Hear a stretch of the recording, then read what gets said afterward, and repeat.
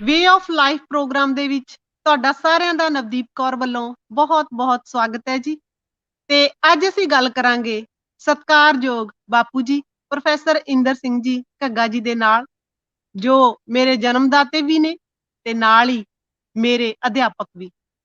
ਤੇ ਉਹਨਾਂ ਨਾਲ ਮੈਂ ਕੋਸ਼ਿਸ਼ ਕਰਾਂਗੀ ਕਿ ਬੀਬੀਆਂ ਦੇ ਮੁੱਦਿਆਂ ਦੇ ਬਾਰੇ ਅੱਜ ਗੱਲ ਕੀਤੀ ਜਾਏ, ਕਿਉਂਕਿ ਇਹਨਾਂ ਤੋਂ ਵੱਧ ਹੋਰ ਕੌਣ ਜਾਣ ਸਕਦਾ ਹੈ ਜਿਨ੍ਹਾਂ ਨੇ ਪੂਰੀ ਲਾਈਫ ਇਸ ਸੁਸਾਇਟੀ ਦੇ ਵਿੱਚ ਇਹਨਾਂ ਮੁਸ਼ਕਲਾਂ ਦੇ ਨਾਲ ਦੋ ਚਾਰ ਹੁੰਦਿਆਂ ਲੰਘਾਈ ਹੈ। ਇੱਕ ਇਹਨਾਂ ਦੀ ਬਹੁਤ ਵਧੀਆ ਕਿਤਾਬ ਆ ਔਰਤਾਂ ਦੇ ਬਾਰੇ, ਬੇਗਾਨੀ ਧੀ ਪਰਾਇਆ ਧਨ, ਤੇ ਉਹਦੇ ਬਾਰੇ ਵੀ ਆਪਾਂ ਗੱਲਬਾਤ ਕਰਾਂਗੇ। ਬੜੀ ਕਮਾਲ ਦੀ ਕਿਤਾਬ ਹੈ, ਜੇ ਹਾਲੇ ਤੱਕ ਤੁਸੀਂ ਨਹੀਂ ਪੜ੍ਹੀ ਤਾਂ ਜ਼ਰੂਰ ਪੜ੍ਹਿਓ। ਬਹੁਤ ਸਾਰੇ ਪੱਖ ਨੇ ਸਾਡੇ ਸਮਾਜ ਦੇ ਜੋ ਇਸ ਕਿਤਾਬ ਦੇ ਵਿੱਚ ਇਹਨਾਂ ਨੇ ਸਾਡੇ ਸਾਹਮਣੇ ਲੈ ਕੇ ਆਂਦੇ ਨੇ। ਸਭ ਤੋਂ ਪਹਿਲਾਂ ਫਤਿਹ ਬੁਲਾਉਂਦੇ ਆ ਜੀ ਬਾਪੂ ਜੀ। ਵਾਹਿਗੁਰੂ ਜੀ ਕਾ ਖਾਲਸਾ, ਵਾਹਿਗੁਰੂ ਜੀ ਕੀ ਫਤਿਹ। ਵਾਹਿਗੁਰੂ ਜੀ ਕੀ ਫਤਿਹ। ਤੁਹਾਡਾ ਬਹੁਤ-ਬਹੁਤ ਸਵਾਗਤ ਹੈ ਜੀ। ਪਰ ਮੈਂ ਗੱਲ ਇਹੀ ਕਰਨਾ ਚਾਹੁੰਦੀ ਆ ਕਿ ਸਾਨੂੰ ਦੱਸੋ ਸਭ ਤੋਂ ਪਹਿਲਾਂ ਤਾਂ ਕਿ ਤੁਸੀਂ ਇੱਕ ਕਿਤਾਬ ਜਿਹੜੀ ਲਿਖੀ ਸੀ ਬੀਬੀਆਂ ਦੇ ਬਾਰੇ, ਔਰਤਾਂ ਦੇ ਬਾਰੇ, ਤੇ ਉਹਦਾ ਜਿਹੜਾ ਟਾਈਟਲ ਆ ਉਹ ਬਹੁਤ ਕਮਾਲ ਦਾ ਹੈ, ਬੇਗਾਨੀ ਧੀ ਪਰਾਇਆ ਧਨ। ਉਹ ਤੁਸੀਂ ਇਹੋ ਜਿਹਾ ਕਿਉਂ ਰੱਖਿਆ ਸੀਗਾ? ਉਹ ਮੈਂ ਸਾਰੀ ਉਮਰ ਦੇ ਜਿਹੜੇ ਇੱਕ ਹੋਰ ਵਿਦਵਾਨ ਪੜ੍ਹੇ ਤੇ ਆਪਣੀ ਜ਼ਿੰਦਗੀ ਦਾ ਜੋ ਤਜਰਬਾ ਹੋਇਆ ਉਹਦੇ ਵਿੱਚੋਂ ਮੈਂ ਮਹਿਸੂਸ ਕੀਤਾ ਕਿ ਲੜਕੀਆਂ ਨੂੰ ਜਵਾਨ ਹੋਣ ਤੋਂ ਬਾਅਦ ਤਾਂ ਵੱਖਰੀ ਗੱਲ ਹੈ, ਬਚਪਨ ਤੋਂ ਹੀ ਇਹ ਸਿਖਾਇਆ ਜਾਂਦਾ ਹੈ ਕਿ ਇਹ ਘਰ ਤੇਰਾ ਨਹੀਂ ਹੈ, ਤੂੰ ਇੱਥੇ ਕਬਜ਼ਾ ਨਾ ਕਰਦੀ ਜਾ, ਤੂੰ ਤਾਂ ਇੱਥੋਂ ਸਹੁਰੇ ਘਰ ਜਾਣਾ ਹੈ। ਤੇ ਸਹੁਰੇ ਘਰ ਜਦੋਂ ਉਹ ਵਿਆਹ ਕੇ ਚਲੀ ਜਾਂਦੀ ਹੈ ਤੇ ਉੱਥੇ ਆਮ ਤੌਰ ਤੇ ਕਿਹਾ ਜਾਂਦਾ ਹੈ ਇਹ ਤਾਂ ਬਗਾਨੀ ਧੀ ਹੈ, ਇਹਦਾ ਇੱਥੇ ਪਿਆਰ ਨਹੀਂ ਪਿਆ, ਸਾਡੇ ਮੁਤਾਬਕ ਇਹ ਨਹੀਂ ਚੱਲਦੀ, ਇਹ ਮਨਮਾਨੀਆਂ ਕਰਦੀ ਹੈ। ਇਹਦਾ ਮਤਲਬ ਇਹ ਹੋਇਆ ਤੇ ਨਾ ਉਹ ਪੇਕਿਆਂ ਦੀ ਰਹਿ ਸਕੀ, ਨਾ ਉਹ ਸਹੁਰਿਆਂ ਦੀ ਬਣ ਸਕੀ, ਬਗਾਨੀ ਧੀ ਬਣ ਗਈ। ਇੱਧਰੋਂ ਤਾਂ ਪੇਕਿਆਂ ਵੱਲੋਂ ਤੇ ਉਧਰੋਂ ਸਹੁਰਿਆਂ ਵੱਲੋਂ ਵੀ ਉਹ ਪਰਾਈ ਬਣ ਗਈ, ਦੋਵੇਂ ਪਾਸਿਓਂ ਬਣ ਗਈ। ਤੇ ਉਹ ਫਿਰ ਉਹਦਾ ਘਰ ਕਿਹੜਾ ਰਿਹਾ, ਉਹ ਸਾਰੀ ਜ਼ਿੰਦਗੀ ਨਹੀਂ ਬਲਕਿ ਪੀੜ੍ਹੀ ਦਰ ਪੀੜ੍ਹੀ ਇਸੇ ਤਰ੍ਹਾਂ ਬੇਘਰੀ ਤੇ ਇਸੇ ਤਰ੍ਹਾਂ ਉਹ ਜ਼ਿੰਦਗੀ ਬਤੀਤ ਕਰਦੀ ਆ ਰਹੀ ਹੈ। ਮੈਂ ਜਦੋਂ ਇਹ ਚੀਜ਼ਾਂ ਪੜ੍ਹੀਆਂ ਮੈਨੂੰ ਬੜੀ ਹੈਰਾਨੀ ਹੋਈ ਵੀ ਇਹਨਾਂ ਤੇ ਹੋਰ ਕੰਮ ਹੋਣਾ ਚਾਹੀਦਾ। ਤੇ ਸਰਦਾਰ ਗੁਰਬਖਸ਼ ਸਿੰਘ ਪ੍ਰੀਤਲੜੀ ਵਾਲੇ ਉਹਨਾਂ ਨੇ ਇੱਕ 50 ਸਾਲ ਪਹਿਲਾਂ ਕਿਤਾਬ ਲਿਖੀ ਸੀ ਖੁੱਲਾ ਦਰ। ਉਹਨਾਂ ਨੇ ਭਾਵੇਂ ਅੱਜ ਜਿੰਨੀਆਂ ਗੱਲਾਂ ਤੇ ਨਹੀਂ, ਪਰ ਉਦੋਂ ਵੀ ਉਹਨਾਂ ਨੇ ਇਹ ਪੱਖ ਬਹੁਤ ਅੱਗੇ ਰੱਖਿਆ ਸੀ ਕਿ ਔਰਤਾਂ ਵਾਸਤੇ ਸਾਰੇ ਦਰਵਾਜ਼ੇ ਬੰਦ ਨੇ, ਉਹਨਾਂ ਵਾਸਤੇ ਦਰ ਖੁੱਲੇ ਚਾਹੀਦੇ ਨੇ ਤਾਂ ਕਿ ਉਹ ਵੀ ਆਪਣੀ ਜ਼ਿੰਦਗੀ ਨੂੰ ਆਪਣੀ ਮਰਜ਼ੀ ਨਾਲ ਜਿਉ ਸਕਣ। ਫਿਰ ਇੱਕ ਜਿਹੜੀ ਲੜਕੀ ਸੀ ਜਿਹਨੂੰ ਅਫਗਾਨਿਸਤਾਨ ਦੇ ਵਿੱਚ ਜ਼ੁਲਮ ਦਾ ਸ਼ਿਕਾਰ ਹੋਣਾ ਪਿਆ ਸੀ, ਉਸ ਲੜਕੀ ਬਾਰੇ ਜਦੋਂ ਮੈਂ ਪੜ੍ਹਿਆ ਵੀ ਉਹਦੇ ਨਾਲ ਛੋਟੀ ਉਮਰ 'ਚ ਬਚਪਨ 'ਚ ਇੰਨਾ ਜ਼ੁਲਮ ਹੋਇਆ ਜਿਹੜਾ ਕਿ ਬਿਆਨ ਨਹੀਂ ਕੀਤਾ ਜਾ ਸਕਦਾ।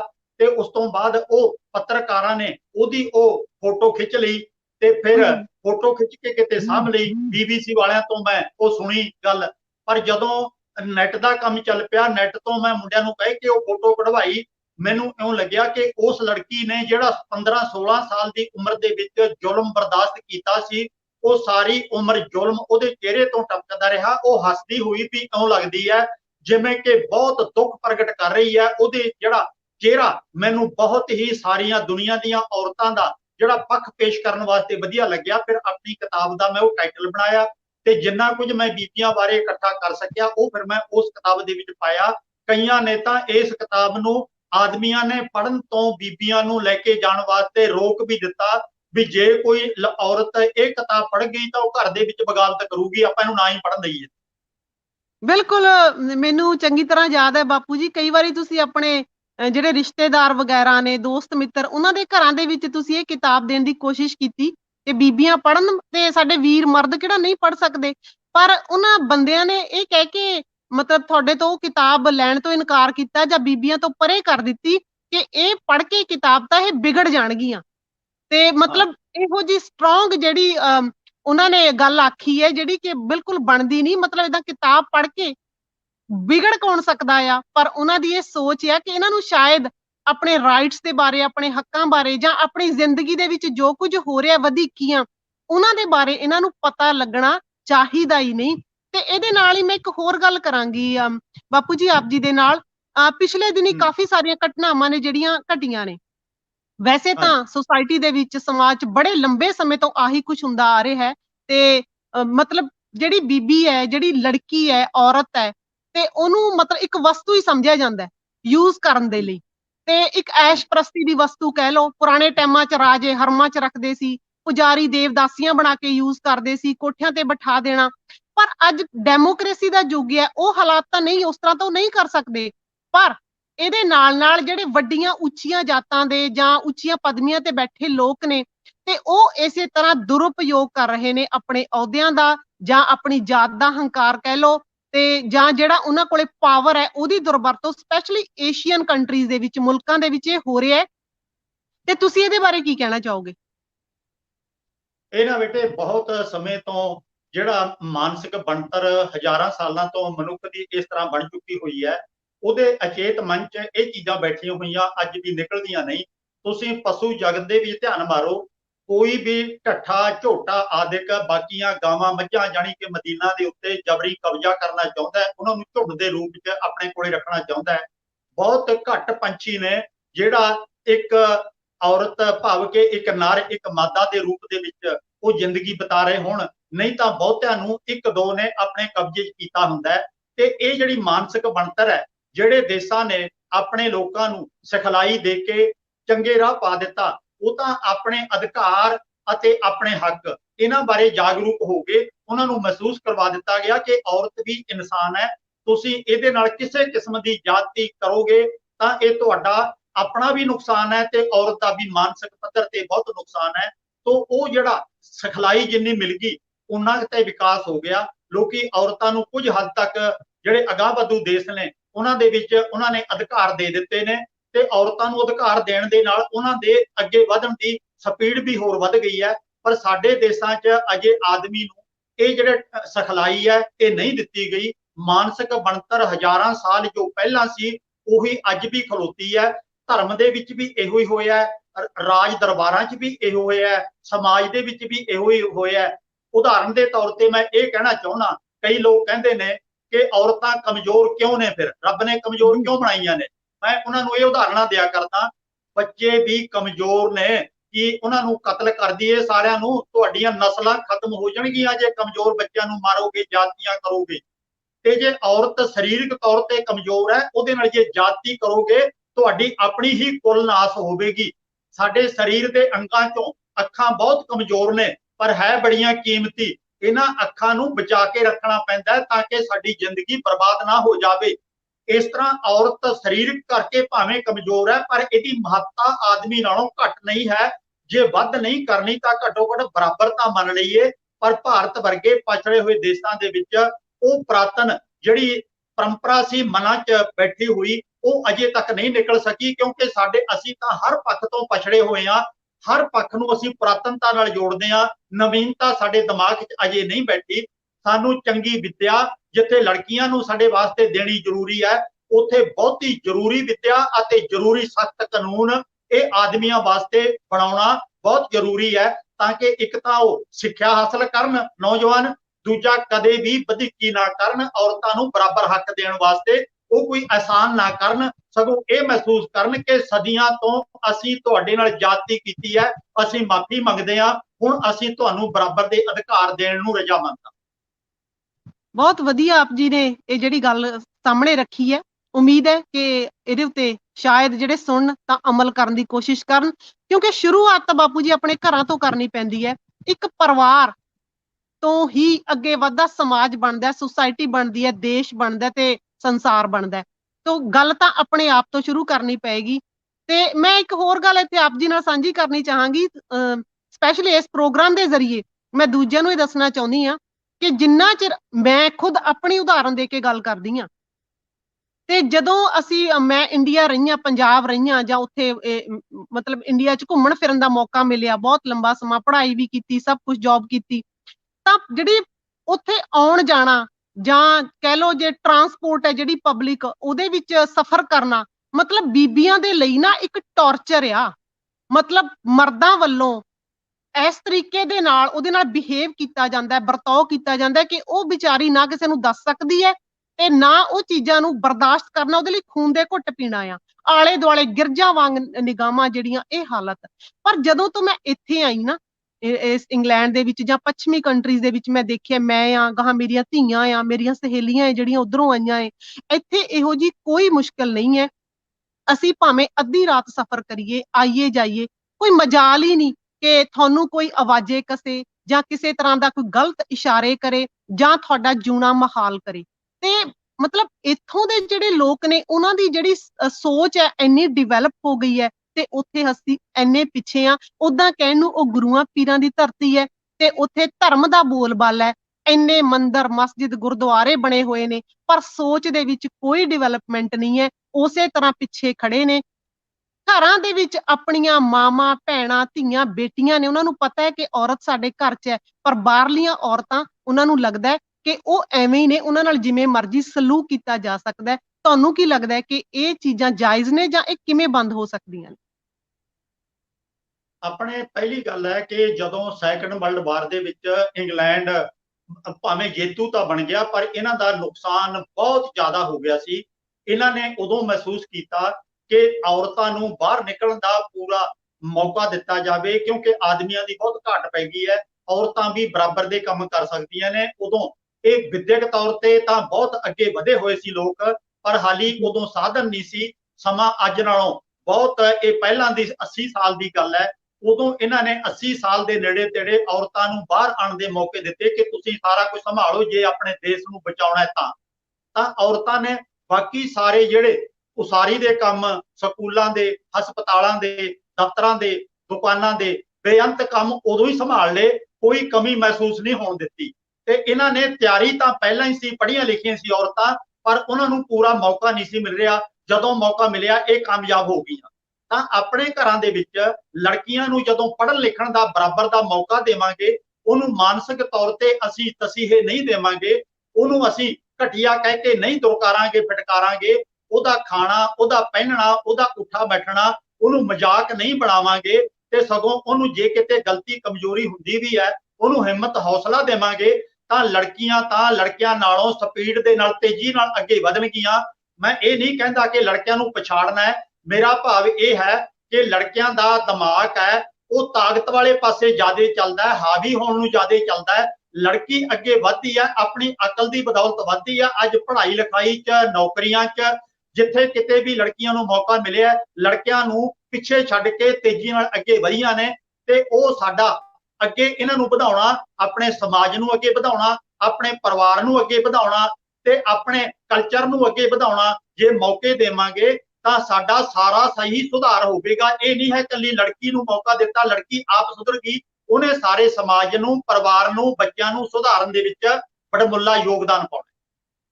ਤੇ ਤੁਸੀਂ ਕੀ ਸਮਝਦੇ ਹੋ ਕਿ ਧਰਮ ਇਹਦੇ ਵਿੱਚ ਕਿੰਨਾ ਕੁ ਜ਼ਿੰਮੇਵਾਰ ਹੈ ਕਿ ਔਰਤ ਮਰਦ ਦੇ ਵਿੱਚ ਜਿਹੜਾ ਫਰਕ ਹੈ ਕਾਇਮ ਰੱਖਿਆ ਗਿਆ ਹੈ? ਗੁਰੂ ਨਾਨਕ ਸਾਹਿਬ ਨੇ, ਬਾਕੀ ਗੁਰੂ ਸਾਹਿਬਾਨ ਨੇ ਤਾਂ ਸਾਨੂੰ ਜੋ ਗੁਰੂ ਗ੍ਰੰਥ ਸਾਹਿਬ ਦੇ ਵਿੱਚ ਉਹਨਾਂ ਦੀ ਜਿਹੜੀ ਵਿਚਾਰਧਾਰਾ, ਉਹਨਾਂ ਦੀ ਸੋਚ ਸਾਡੇ ਕੋਲ ਪਹੁੰਚੀ ਹੈ, ਤੇ ਉਹਦੇ 'ਚ ਤਾਂ ਉਹਨਾਂ ਨੇ ਹਮੇਸ਼ਾ ਬਰਾਬਰੀ ਦੀ, ਕੁਆਲਿਟੀ ਦੀ ਗੱਲ ਕੀਤੀ ਹੈ। ਉੱਥੇ ਤਾਂ ਮਰਦ ਔਰਤ ਜਾਂ ਜੈਂਡਰ ਦੀ ਕੋਈ ਫਰਕ ਕਰਨ ਦੀ ਗੱਲ ਹੀ ਨਹੀਂ, ਨਾ ਕੋਈ ਜਾਤ ਪਾਤ ਦੀ ਗੱਲ ਹੈ।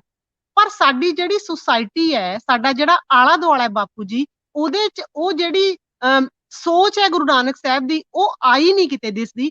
ਇਹਦੇ 'ਚ ਕਿੱਥੇ ਕਮੀ ਹੈ?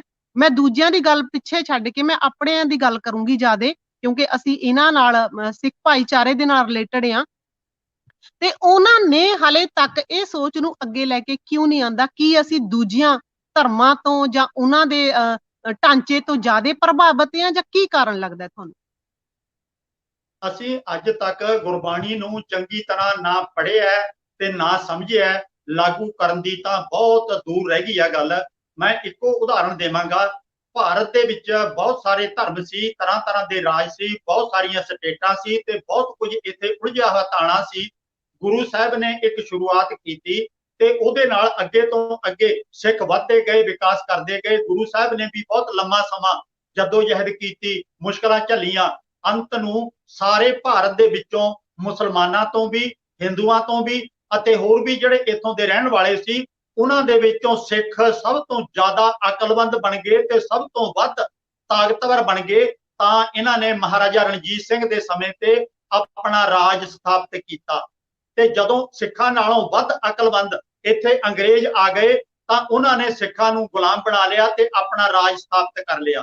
ਤੇ ਜਦੋਂ ਇੱਥੇ ਹਿੰਦੂ ਸਾਡੇ ਨਾਲੋਂ ਵੱਧ ਅਕਲਮੰਦ ਆ ਗਏ ਤਾਂ ਉਹਨਾਂ ਨੇ ਆਪਣਾ ਰਾਜ ਸਥਾਪਿਤ ਕਰ ਲਿਆ, ਅਸੀਂ ਪਛੜ ਗਏ। ਅੱਜ ਹੋਰ ਬਹੁਤ ਸਾਰੀਆਂ ਟੀਂਗਾ ਮਾਰਨ ਵਾਲੇ ਸਾਡੇ ਭੈਣ ਭਾਈ ਇਹ ਭੁੱਲ ਜਾਂਦੇ ਨੇ ਕਿ ਅਕਲ ਤੋਂ ਬਿਨਾ ਕਦੇ ਵੀ ਅਸੀਂ ਕਿਸੇ ਵੀ ਖੇਤਰ 'ਚ ਕਾਮਯਾਬ ਨਹੀਂ ਹੋ ਸਕਦੇ। ਭਾਵੇਂ ਪੁਰਾਤਨ ਸਮਿਆਂ 'ਚ ਢੰਗ ਰਾਜ ਕਰਨ ਦੇ ਹੋਰ ਸੀ ਤੇ ਅੱਜ ਲੋਕਤੰਤਰੀ ਢੰਗ ਹੋਰ ਨੇ, ਪਰ ਇੱਕ ਪੱਕੀ ਗੱਲ ਹੈ ਕਿ ਜਦੋਂ ਸਿੱਖ ਅਕਲਮੰਦ ਬਣਨਗੇ ਤਾਂ ਹੀ ਉਹ ਕੋਈ ਕਾਮਯਾਬੀ ਹਾਸਲ ਕਰਨਗੇ। ਗੁਰਬਾਣੀ ਨੂੰ ਸਿੱਖਾਂ ਨੇ ਨਾ ਪੜ੍ਹਾਇਆ ਨਾ ਸਮਝਿਆ। ਕਿਰਾਏ ਦੀਆਂ ਅਰਦਾਸਾਂ, ਕਿਰਾਏ ਦੇ ਕੀਰਤਨ, ਕਿਰਾਏ ਦੇ ਪਾਠ ਤੇ ਕਿਰਾਏ ਦੀ ਕਥਾ, ਹਰੇਕ ਚੀਜ਼ ਕਿਰਾਏ ਦੀ ਮਿਲ ਜਾਂਦੀ ਹੈ ਤੇ ਕਈ ਵਾਰੀ ਤਾਂ ਰੈਡੀਮੇਡ ਕੀਤੀ ਕਰਾਈ ਪਈ ਹੈ ਤੇ ਇੰਗਲੈਂਡ ਨੂੰ, ਅਮਰੀਕਾ ਨੂੰ ਉਹ ਕੀਤਾ ਕਰਾਇਆ ਪਾਠ ਦਾ ਫਲ ਵੀ ਭੇਜ ਦਿੰਦੇ ਨੇ, ਹੁਕਮਨਾਮਾ ਵੀ ਭੇਜ ਦਿੰਦੇ ਨੇ ਤੇ ਨਾਲ ਅਰਦਾਸ ਵੀ ਭੇਜ ਦਿੰਦੇ ਨੇ ਤੇ ਈਮੇਲ ਦੇ ਰਾਹੀਂ ਸਾਰਾ ਕੁਝ ਉਹਨਾਂ ਨੂੰ WhatsApp ਦੇ ਰਾਹੀਂ ਬੈਠੇ ਬਿਠਾਇਆ ਨੂੰ ਪਹੁੰਚ ਜਾਂਦਾ ਹੈ। ਜਿਹੜੇ ਵਿਦੇਸ਼ਾਂ 'ਚ ਦਾ ਦੇਸ਼ 'ਚ ਅਕਲਮੰਦ ਸਮਝਦੇ ਸੀ ਅਸੀਂ ਲੋਕਾਂ ਨੂੰ ਕਿ ਉਹ ਸਾਨੂੰ ਮਾਨਸਿਕ ਤੌਰ ਤੇ ਅੱਗੇ ਵਧਾਉਣਗੇ, ਉਹ ਤਾਂ ਆਪ ਹੀ ਇਹਨਾਂ ਕਿਰਾਏ ਦੇ ਪਾਠਾਂ 'ਚ ਉਲਝੇ ਪਏ ਨੇ। ਅਸੀਂ ਅਕਲ ਦੇ ਪੱਖੋਂ ਬਹੁਤ ਪਛੜ ਗਏ ਹਾਂ। ਇਸੇ ਕਰਕੇ ਅਸੀਂ ਔਰਤਾਂ ਨੂੰ, ਧੀਆਂ ਭੈਣਾਂ ਨੂੰ ਬਰਾਬਰ ਦਾ ਦਰਜਾ ਤਾਂ ਕੀ ਦੇਣਾ ਸੀ। ਅਸੀਂ ਤਾਂ ਜਿਹੜੀ ਲਾਹਨਤ ਹੈ ਸਾਡੇ ਵਾਸਤੇ, ਜਾਤ ਪਾਤ ਨੂੰ ਵੀ ਅੱਜ ਤੱਕ ਖਤਮ ਨਹੀਂ ਕਰ ਸਕੇ, ਸਾਧਵਾਦ ਨੂੰ ਖਤਮ ਨਹੀਂ ਕਰ ਸਕੇ। ਹੋਰ ਜਿਹੜੇ ਕਰਮ ਕਾਂਡ ਨੇ ਸਾਡੇ 'ਚ ਦਾਖਲ ਹੋ ਚੁੱਕੇ, ਉਹਨਾਂ 'ਚੋਂ ਕੋਈ ਵੀ ਖਤਮ ਨਹੀਂ ਕਰ ਸਕੇ। ਬਾਣਾ ਤੇ ਸਿੱਖਾਂ ਵਾਲਾ ਧਾਰ ਲਿਆ, ਪਰ ਅੰਦਰ ਤਾਂ ਪੂਰੀ ਤਰ੍ਹਾਂ ਪੁਜਾਰੀ ਬਾਹਮਣ ਬੈਠਾ ਹੋਇਆ। ਮੈਂ ਇੱਕ ਗੱਲ ਮੇਰੇ ਦਿਮਾਗ 'ਚ ਹੋਰ ਆਈ ਹੈ ਬਾਪੂ ਜੀ, ਇੱਥੇ ਬਾਬਾ ਬੁੱਢਾ ਜੀ ਦਾ ਜੋ ਜਨਮ ਸਥਾਨ ਆ ਜਾਂ ਉਹਨਾਂ ਦੀ ਜੋ ਜਗ੍ਹਾ ਬਣੀ ਹੋਈ ਹੈ, ਝਬਾਲ ਮੇਰਾ ਸ਼ਾਇਦ ਉਧਰ ਜਗ੍ਹਾ ਹੈਗੀ ਉਹ, ਤੇ ਅੰਮ੍ਰਿਤਸਰ ਏਰੀਏ ਦੇ ਵਿੱਚ, ਤੇ ਉਹਨਾਂ ਦਾ ਜਿਹੜਾ ਅਸਥਾਨ ਆ ਨਾ, ਤੇ ਉਹਨੂੰ ਵੀ ਮੁੰਡੇ ਦੇਣ ਵਾਲੇ ਮਤਲਬ ਜਗ੍ਹਾ ਬਣਾ ਲਿਆ ਤੇ ਉੱਥੇ ਮਿੱਸੀਆਂ ਰੋਟੀਆਂ ਤੇ ਸ਼ਾਇਦ ਗੰਢਾ ਤੇ ਅਚਾਰ ਦਾ ਜਿਹੜਾ ਕਹਿੰਦੇ ਪ੍ਰਸ਼ਾਦ ਮਿਲਦਾ, ਤੇ ਉਹਦੇ ਨਾਲ ਬੀਬੀਆਂ ਦੇ ਕੋਲ ਮਤਲਬ ਕਾਕੇ ਆ ਜਾਂਦੇ ਨੇ ਗੋਦੀ 'ਚ। ਤੇ ਮੈਨੂੰ ਵੀ ਕਈਆਂ ਨੇ ਇਹ ਸਲਾਹ ਦਿੱਤੀ, ਇੱਥੋਂ ਸਾਡੀਆਂ ਕਈ ਭੈਣਾਂ ਬੀਬੀਆਂ ਨੇ, ਕਿ ਤੁਸੀਂ ਵੀ ਕੋਸ਼ਿਸ਼ ਕਰੋ ਜੀ, ਤੇ ਬਾਬਾ ਬੁੱਢਾ ਜੀ ਦੇ ਕੋਲ ਤਾਂ ਸਾਰਾ ਕੁਝ ਮਿਲਦਾ ਹੈ।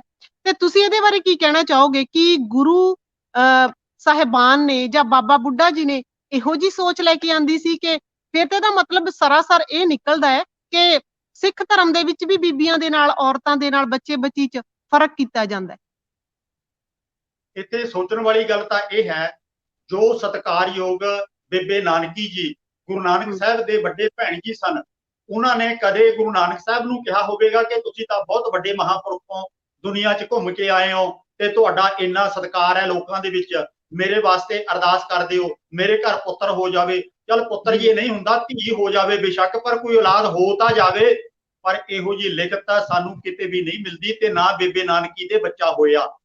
ਤੇ ਗੁਰੂ ਨਾਨਕ ਸਾਹਿਬ ਨੇ ਆਪ ਇਹੋ ਜਿਹਾ ਕੁਝ ਨਾ ਕੀਤਾ, ਨਾ ਬਾਣੀ 'ਚ ਲਿਖਿਆ।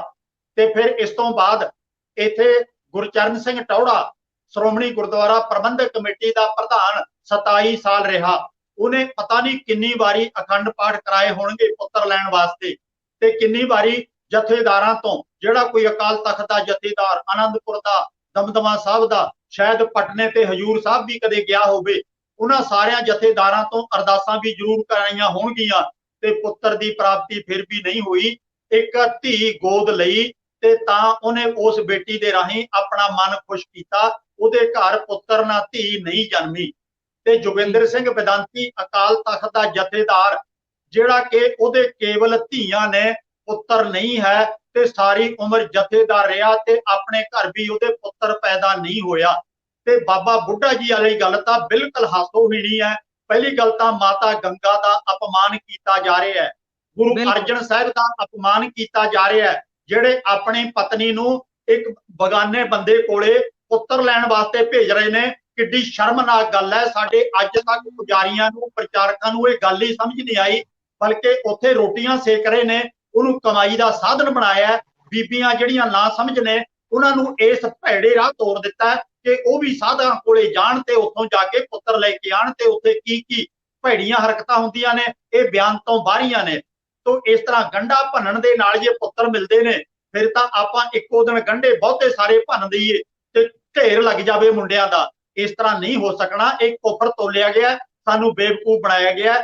ਜੇ ਅਰਦਾਸਾਂ ਦੇ ਨਾਲ ਸਾਰਾ ਕੁਝ ਹੋ ਗਿਆ ਹੁੰਦਾ ਤਾਂ ਜਿਹੜਾ ਕੁਝ ਅੱਜ ਸਾਡੇ 'ਚ ਕਮੀਆਂ ਪੇਸ਼ੀਆਂ ਅੱਜ ਸਿੱਖਾਂ 'ਚ ਹੈਗੀਆਂ ਨੇ, ਫਿਰ ਤਾਂ ਇਹ ਵੀ ਦੂਰ ਹੋ ਜਾਣੀਆਂ ਚਾਹੀਦੀਆਂ ਸੀ। ਮੈਨੂੰ ਕਈ ਵਾਰੀ ਲੋਕਾਂ ਨੇ ਆਖਿਆ ਕਿ ਸਾਡੇ ਵਾਸਤੇ ਅਰਦਾਸ ਕਰੋ। ਮੈਂ ਇਹੋ ਸੁਣਾਉਣਾ, ਪਹਿਲਾਂ ਮੈਨੂੰ ਇਹਦਾ ਜਵਾਬ ਦਿਓ, ਤੁਹਾਡੇ ਵਾਸਤੇ ਮੈਂ ਅਰਦਾਸ ਫੇਰ ਕਰਾਂਗਾ। ਹਾਂਜੀ, ਜਿਹੜਾ ਬਾਬਾ ਬੁੱਢਾ ਜੀ ਦੇ ਨਾਲ ਇੰਨਾ ਕੁਝ ਜੋੜਿਆ ਗਿਆ ਹੈ, ਉਹ ਤਾਂ ਸਿੱਧਾ ਗੁਰੂ ਅਰਜਨ ਸਾਹਿਬ ਦਾ ਵੀ ਅਪਮਾਨ ਹੈ, ਅਤੇ ਮਾਤਾ ਗੰਗਾ ਜੀ ਦਾ ਅਪਮਾਨ ਹੈ, ਇਹ ਕਹਿ ਲਈਏ ਸਾਰੇ ਸਿੱਖ ਪੰਥ ਦਾ ਅਪਮਾਨ ਹੈ। ਜਦੋਂ ਕਿ ਗੁਰਬਾਣੀ ਧੀ ਨੂੰ, ਪੁੱਤਰ ਨੂੰ, ਔਰਤ ਨੂੰ, ਪੁਰਸ਼ ਨੂੰ ਬਰਾਬਰ ਦਾ ਦਰਜਾ ਦਿੰਦੀ ਹੈ ਤੇ ਇਹ ਲੋਕ ਪੁੱਤਰ ਨੂੰ ਜ਼ਿਆਦਾ ਮਹੱਤਤਾ ਦੇ ਰਹੇ ਨੇ ਤੇ ਲੜਕੀ ਨੂੰ ਮਹੱਤਤਾ ਨਹੀਂ ਦੇ ਰਹੇ।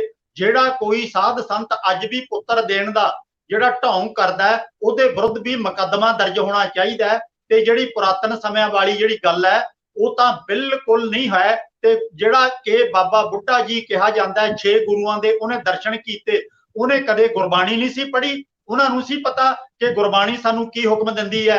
ਤੇ ਜੇ ਪੁੱਤਰ ਦੇਣਾ ਹੀ ਹੈ, ਉਹ ਗੁਰੂ ਅਰਜਨ ਸਾਹਿਬ ਘੱਟ ਸਮਰੱਥ ਨੇ ਮਾਤਾ ਜੀ ਨੂੰ ਬਾਬਾ ਬੁੱਢਾ ਜੀ ਕੋਲੇ ਨੰਗੇ ਪੈਰੀ ਚੱਲ ਕੇ ਪੁੱਤਰ ਲੈਣ ਵਾਸਤੇ ਕਿਉਂ ਜਾਣਾ ਪਿਆ? ਇਹ ਕਹਾਣੀਆਂ ਬਹੁਤ ਨੀਵੀਂ ਪੱਧਰ ਦੀਆਂ ਨੇ ਤੇ ਇੱਥੋਂ ਤੱਕ ਕਿ ਸਾਰੀ ਕਹਾਣੀ ਬਿਆਨ ਵੀ ਨਹੀਂ ਕੀਤੀ ਜਾ ਸਕਦੀ। ਉਹ ਤਾਂ ਵਿਸ਼ਨੂੰ ਭਗਵਾਨ ਆਪ ਹੀ ਮਾਤਾ ਗੰਗਾ ਦੇ ਗਰਭ ਵਿੱਚ ਦਾਖਲ ਹੋ ਗਿਆ ਤੇ ਗੁਰੂ ਹਰਗੋਬਿੰਦ ਸਾਹਿਬ ਦੇ ਰੂਪ ਵਿੱਚ ਵਿਸ਼ਨੂੰ ਨੇ ਆਪ ਹੀ ਜਨਮ ਲਿਆ। ਇਹ ਕਹਾਣੀਆਂ ਇਹਦੇ ਪਿੱਛੇ ਗੁਰਬਿਲਾਸ ਪਾਤਸ਼ਾਹੀ 6ਵੀਂ ਦੇ ਵਿੱਚ ਲਿਖੀਆਂ ਪਈਆਂ ਨੇ, ਜਿਹੜੀਆਂ ਵਿਦਾਂਤੀ ਨੇ ਸੰਪਾਦਿਤ ਕੀਤੀ ਹੈ ਕਿਤਾਬ ਅਤੇ ਸ਼੍ਰੋਮਣੀ ਕਮੇਟੀ ਨੇ ਛਾਪੀ ਹੈ ਤੇ ਬੇਅੰਤ ਵੰਡੀ ਹੈ। ਇਹੋ ਜਿਹੀਆਂ ਕਿਤਾਬਾਂ ਸਾਡਾ ਆਪਣਾ ਸਿੱਖਾਂ ਦਾ ਹੀ ਨਹੀਂ, ਗੁਰੂ ਸਾਹਿਬ ਦਾ ਵੀ ਅਪਮਾਨ ਕਰ ਰਹੀਆਂ ਨੇ, ਅੱਜ ਤੱਕ ਮੌਜੂਦ ਨੇ ਇਹ ਕਿਤਾਬਾਂ। ਤੁਸੀਂ ਬਿਲਕੁਲ ਠੀਕ ਕਹਿ ਰਹੇ ਹੋ ਬਾਪੂ ਜੀ। ਪਰ ਜਿਹੜੇ ਸਾਧ ਸੰਤ ਮਤਲਬ ਹਜ਼ਾਰਾਂ ਦੀ ਗਿਣਤੀ 'ਚ ਮੈਂ ਤਾਂ ਕਵਾਂਗੀ ਸਾਡੇ ਪੰਜਾਬ ਦੇ ਵਿੱਚ ਡੇਰਿਆਂ ਦਾ ਇਹਨਾਂ ਦਾ ਘਾਟਾ ਹੈ ਨਹੀਂ, ਸਾਰੇ ਹੀ ਪੁੱਤਰਾਂ ਦੀਆਂ ਅਰਦਾਸਾਂ ਕਰਦੇ ਨੇ। ਗੁਰਦੁਆਰਿਆਂ ਵਿੱਚ ਗਿਆਨੀ ਗ੍ਰੰਥੀ ਪੁੱਤਰਾਂ ਦੀਆਂ ਅਰਦਾਸਾਂ ਕਰਦੇ ਨੇ। ਕੋਈ ਵਿਰਲਾ ਹੀ ਹੋਊਗਾ ਜਿਹੜਾ ਕੋਈ ਧੀ ਦੇ ਲਈ ਗੱਲ ਕਰੇ, ਜਾਂ ਕੋਈ ਪਰਿਵਾਰ ਅੱਜ ਕੱਲ ਕੋਈ ਵਧੀਆ ਕੋਈ ਜਾਗਰੂਕ ਸਿਆਣੇ ਹੋਣਗੇ ਜਿਹੜੇ ਕਹਿੰਦੇ ਹੋਣੇ ਸਾਨੂੰ ਧੀ ਵੀ ਚਾਹੀਦੀ ਹੈ। ਨਹੀਂ, ਬਹੁਤਾ ਕਰਕੇ ਸਾਡੀ ਸੁਸਾਇਟੀ ਦੇ ਵਿੱਚ ਪੁੱਤਰ ਦੇ ਨਾਲ ਹੀ ਵੇਲ ਵੱਧਦੀ ਹੈ, ਪੁੱਤਰ ਦੇ ਨਾਲ ਹੀ ਪਰਿਵਾਰ ਅੱਗੇ ਵੱਧਦਾ ਹੈ। ਧੀਆਂ ਨੂੰ ਪੱਥਰ ਕਹਿ ਕੇ ਉਹਨਾਂ ਦਾ ਤਿਰਸਕਾਰ ਕਰਨਾ ਤੇ ਇਹ ਕਹਿਣਾ ਕਿ ਰੱਬ ਕੋਈ ਨਾ ਅੱਗੇ ਨੂੰ ਚੰਗੀ ਚੀਜ਼ ਦੇਊਗਾ, ਮਤਲਬ ਇਹ ਸਾਰਾ ਢਾਂਚਾ ਆਇਆ ਕਿੱਥੋਂ ਹੈ? ਗੁਰੂ ਗ੍ਰੰਥ ਸਾਹਿਬ ਦੇ ਵਿੱਚ ਤਾਂ ਮੈਂ ਜਦੋਂ ਪੜ੍ਹਦੀ ਹਾਂ, ਤੁਹਾਡੇ ਤੋਂ ਵੀ ਮੈਂ ਬਹੁਤ ਸਾਰਾ ਜਾਣਿਆ ਸਭ ਕੁਝ, ਤੇ ਇਹੋ ਜਿਹਾ ਕੁਝ ਨਹੀਂ ਹੈ। ਫਿਰ ਸਾਡੇ ਆਲੇ ਦੁਆਲੇ ਦੇ ਵਿੱਚ ਇਹ ਸਾਰਾ ਕੁਝ ਵਾਪਰ ਕਿਉਂ ਰਿਹਾ ਹੈ? ਸਾਡੇ 'ਚ ਇਹ ਸਿਆਣਪ ਕਿਉਂ ਨਹੀਂ ਆਈ ਕਿ ਜਿਹੜਾ ਇਹ ਪੁਜਾਰੀ ਲਾਣਾ ਹੈ, ਗਿਆਨੀ ਗ੍ਰੰਥੀ ਨੇ, ਤੇ ਇਹ ਔਰਤ ਦਾ ਇਸ ਤਰੀਕੇ ਦੇ ਨਾਲ ਪੁੱਜ ਕੇ ਅਪਮਾਨ ਕਰ ਰਹੇ ਨੇ ਤੇ ਸਾਨੂੰ ਇਹਨਾਂ ਤੋਂ ਮਤਲਬ ਕਿਨਾਰਾ ਕਰਨ ਦੀ ਲੋੜ ਹੈ, ਜਾਂ ਇਹਨਾਂ ਨੂੰ ਥੋੜਾ ਜਿਹਾ ਸਮਝਾਉਣ ਦੀ ਲੋੜ ਹੈ, ਲੈਸਨ ਦੇਣ ਦੀ ਲੋੜ ਹੈ ਕਿ ਤੁਸੀਂ ਕਰ ਕੀ ਰਹੇ ਹੋ। ਗੁਰਬਾਣੀ ਕੁਝ ਹੋਰ ਕਹਿ ਰਹੀ ਹੈ ਤੇ ਤੁਸੀਂ ਸੁਸਾਇਟੀ ਨੂੰ ਸੋਚ ਕੁਝ ਹੋਰ ਦੇ ਰਹੇ ਹੋ। ਇੱਥੇ ਪਹਿਲੀ ਗੱਲ ਤਾਂ ਬੀਬੀਆਂ ਦਾ ਆਪ ਸਟੱਡੀ ਕਰਨਾ ਬਹੁਤ ਜ਼ਰੂਰੀ ਹੈ, ਗਿਆਨਵਾਨ ਬਣਨਾ ਬਹੁਤ ਜ਼ਰੂਰੀ ਹੈ। ਦੂਜੀ ਗੱਲ ਇਹ ਹੈ, ਜਿਹੜਾ ਪੁਰਾਤਨ ਸਮਿਆਂ 'ਚ ਇੱਥੇ ਵਾਪਰਦਾ ਰਿਹਾ ਉਹ ਸਾਡੇ ਅਚੇਤ ਮਨ 'ਚ ਬੈਠਾ ਹੋਇਆ ਹੈ। ਵਿਦੇਸ਼ੀ ਧਾੜਵੀ ਹਮਲਾਵਰ ਆਉਂਦੇ ਸੀ, ਇੱਧਰੋਂ ਸੋਹਣੀਆਂ ਲੜਕੀਆਂ ਜਬਰੀ ਚੁੱਕ ਕੇ ਲੈ ਜਾਂਦੇ ਸੀ ਤੇ ਉਹ ਜਿਹੜਾ ਸਾਡੇ ਅੰਦਰ ਇੱਕ ਦਹਿਸ਼ਤ ਅੱਜ ਤੱਕ ਬੈਠੀ ਹੋਈ ਹੈ। ਅੱਜ ਜਦੋਂ ਬਰਾਤ ਆਉਂਦੀ ਹੈ ਉਦੋਂ ਵੀ ਢੋਲ ਢਮੱਕੇ ਬਾਜੇ ਨੇਜੇ ਵੱਜਦੇ ਨੇ ਤੇ ਪਹਿਲਾਂ ਤਾਂ ਹੁੰਦਾ ਸੀ ਕਿ ਜਬਰੀ ਚੁੱਕ ਕੇ ਲੈ ਜਾਂਦੇ ਸੀ ਤੇ ਹੁਣ ਸਮਝੌਤਾ ਤਾਂ ਹੋ ਗਿਆ ਕਿ ਅਸੀਂ ਇਸ ਲੜਕੀ ਨੂੰ ਤੁਹਾਡੇ ਘਰ ਤੁਹਾਡੇ ਫਲਾਣੇ ਲੜਕੇ ਨਾਲ ਵਿਆਹ ਦੇਵਾਂਗੇ, ਪਰ ਇਹਨੂੰ ਕੁਝ ਨਾ ਆਖਿਓ, ਅਸੀਂ ਇਸ ਰਿਸ਼ਵਤ ਦੇ ਤੌਰ ਤੇ ਤੁਹਾਨੂੰ ਇੰਨਾ ਸਾਰਾ ਪੈਸਾ ਟੱਕਾ ਕਾਰ ਵਗੈਰਾ ਇਹ ਸਾਰਾ ਕੁਝ ਦੇਵਾਂਗੇ, ਪਰ ਸਾਡੀ ਲੜਕੀ ਨਾਲ ਬੁਰਾ ਵਿਹਾਰ ਨਾ ਕਰਿਓ। ਇਹ ਇੱਕ ਤਰ੍ਹਾਂ ਦੀ ਉਹਨਾਂ ਦੀ ਜ਼ਬਾਨਬੰਦੀ ਵਾਸਤੇ ਸਮਝੌਤਾ ਹੋਇਆ। ਉਹ ਜਿਹੜੀ ਅਚੇਤ ਮਨਾਂ 'ਚ ਬੈਠੀ ਹੋਈ ਗੱਲ ਹੈ, ਲੜਕੀਆਂ ਦਾ ਜਬਰੀ ਚੁੱਕਣਾ, ਅੱਜ ਵੀ ਜਿਹੜੇ ਢੋਲ ਢਮੱਕੇ ਵੱਜਦੇ ਨੇ, ਲੜਕੇ ਵਾਲੇ ਖੁਸ਼ੀਆਂ ਮਨਾਉਂਦੇ ਨੇ ਤੇ ਲੜਕੀ ਵਾਲੇ ਉਦਾਸ ਬੈਠੇ ਹੁੰਦੇ ਨੇ।